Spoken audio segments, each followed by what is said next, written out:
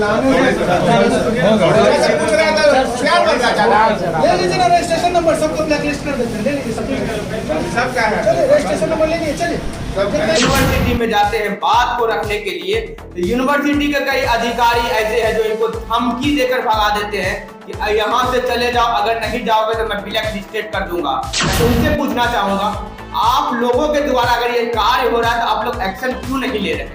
अगर आपसे विश्वविद्यालय नहीं चल रहे तो आप इस्तीफा क्यों नहीं दे देते?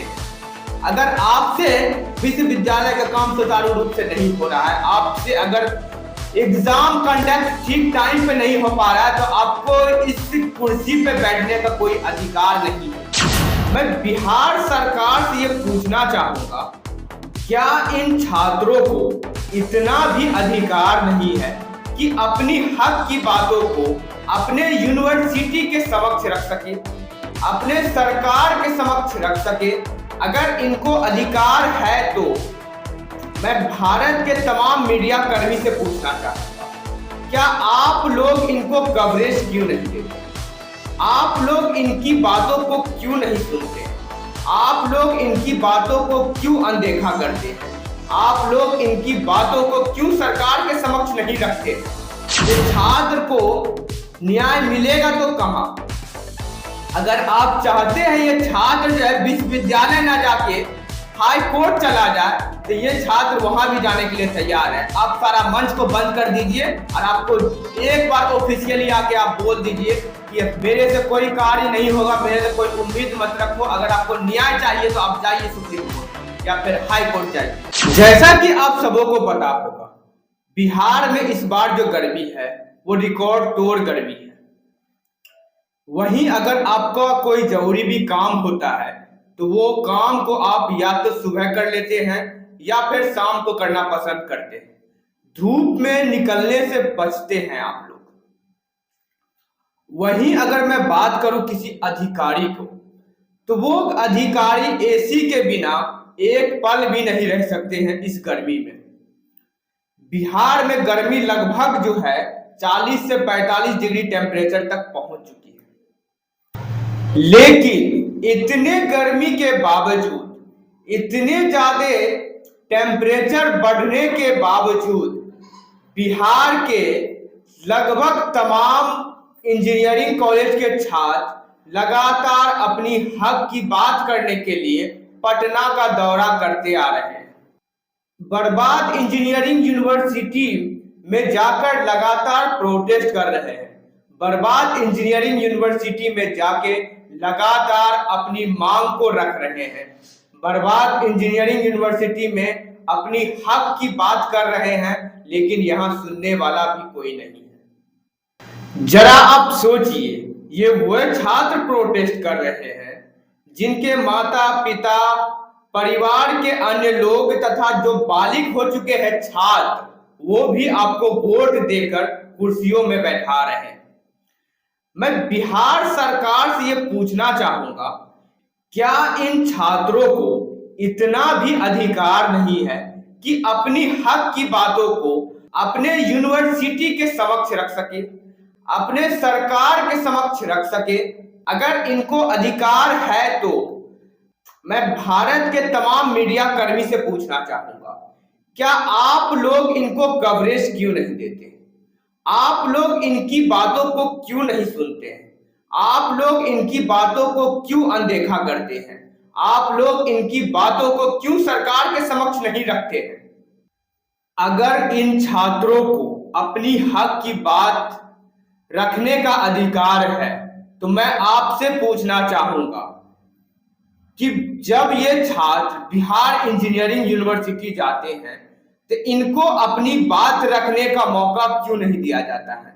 इनकी बातों को सुनने को कोई तैयार क्यों नहीं होता है? इनकी बातों को कोई देखने के लिए तैयार क्यों नहीं होता है?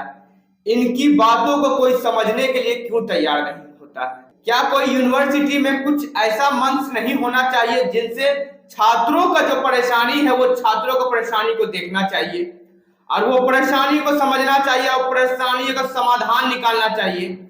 क्या ऐसा कोई मंच नहीं बनना चाहिए? मैं सरकार से पूछना चाहूंगा ये बात। अगर ऐसा बनना चाहिए या अगर ऐसा व्यवस्था आपके विश्वविद्यालय में है तो लगातार छात्रों को अनसुना क्यों किया जा रहा है? ये छात्र लगभग महीनों से परेशान है लेकिन इसकी बातों को नहीं सुना जा रहा है।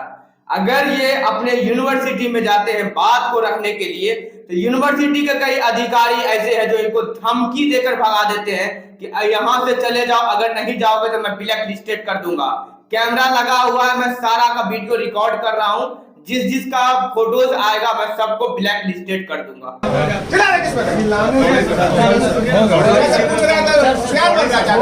ले लीजिए ना रजिस्ट्रेशन नंबर, सबको ब्लैक लिस्ट कर देते हैं। ले लीजिए सबका है, चलिए रजिस्ट्रेशन नंबर ले लीजिए, चलिए। ये कौन सा तानाशाही हुआ? मैं पूछना चाहूंगा बिहार के सरकार से, अब मैं पूछना चाहूंगा विश्वविद्यालय का जो वीसी महोदय है, मैं उनसे पूछना चाहूंगा आप लोगों के द्वारा अगर ये कार्य हो रहा है तो आप लोग एक्शन क्यों नहीं ले रहे हैं? अगर आपसे विश्वविद्यालय नहीं चल रहे तो आप इस्तीफा क्यों नहीं दे देते हैं? अगर आपसे विश्वविद्यालय का काम सुचारू रूप से नहीं हो रहा है, आपसे अगर एग्जाम कंडक्ट ठीक टाइम पे नहीं हो पा रहा है तो आपको इस कुर्सी पे बैठने का कोई अधिकार नहीं है। और मैं पूछना चाहूंगा बिहार सरकार से ये बात, आप किस तानाशाह महोदय को वीसी बना चुके हैं बिहार इंजीनियरिंग यूनिवर्सिटी का, जो छात्रों से संवाद करने के लिए भी नहीं आते हैं, छात्रों को परेशानी सुनने के लिए नहीं आते हैं। जरा आप सोचिए अपने पावर को कितना दुरुपयोग करते हैं ये लोग छात्रों के लिए, जो छात्र के लिए, जो छात्र हित के लिए आप इसको कुर्सी पे बैठाए हैं, वो छात्र हित के लिए कोई कार्य नहीं करते, वो छात्र का कोई परेशानी नहीं सुनते, वो छात्र के कभी सामने नहीं आते, उनका परेशानियों को नहीं सुनते हैं। अगर छात्र इनसे मिलने का प्रयास करते हैं तो बल प्रयोग जो है इन लोगों को धक्के मार के भगा दिए जाते हैं बिहार इंजीनियरिंग यूनिवर्सिटी के द्वारा।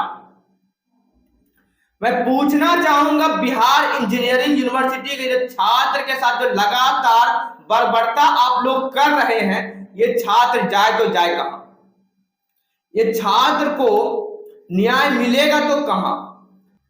अगर आप चाहते हैं ये छात्र जो है विश्वविद्यालय ना जाके हाई कोर्ट चला जाए तो ये छात्र वहां भी जाने के लिए तैयार है। आप सारा मंच को बंद कर दीजिए और आपको एक बार ऑफिशियली आके आप बोल दीजिए कि मेरे से कोई कार्य नहीं होगा, मेरे से कोई उम्मीद मत रखो। अगर आपको न्याय चाहिए तो आप जाइए सुप्रीम कोर्ट या फिर हाई कोर्ट जाइए। क्यों जाएंगे फिर आपके पास बच्चे? जाएंगे डायरेक्ट कोर्ट का ही दरवाजा खटखटाएंगे। मैं बिहार सरकार से मांग करना चाहूंगा इस तरह का व्यवस्था को जितना जल्द हो सकता है आप ठीक कीजिए, नहीं तो बिहार के छात्र जो है जागरूक हो रहे हैं। अगर ये जागरूक पूरे तौर पे हो जाएंगे, आपका जो वोट बैंक है ये खत्म हो जाएंगे, क्योंकि आप भी एक बिहार के राजनेता रह चुके हैं। आपको भी पता होगा कि बिहार का राजनीति किस लेवल का होता है। नमस्कार।